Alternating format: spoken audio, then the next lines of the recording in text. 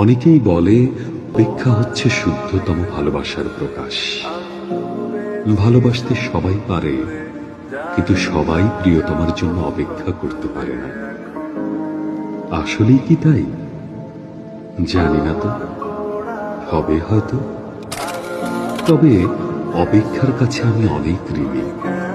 প্রিয়তমার জন্য অপেক্ষা আমাকে পাখির মতো সহজ হতে শিখিয়েছে, শিশুর মতো অনাবিল হতে শিখিয়েছে, আকাশের মতো বিশাল হতে শিখিয়েছে, ফুলের মতো স্নিগ্ধ সুন্দর হতে শিখিয়েছে।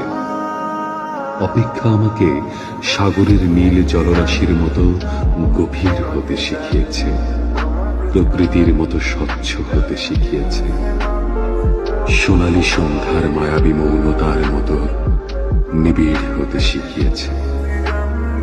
শেষ পর্যন্ত অপেক্ষা আমাকে কবিতার মায়াবী অনিন্দ ভুবনের কাছে নিয়ে গেছে।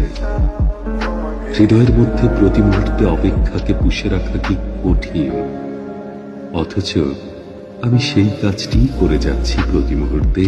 কি নিদারুণ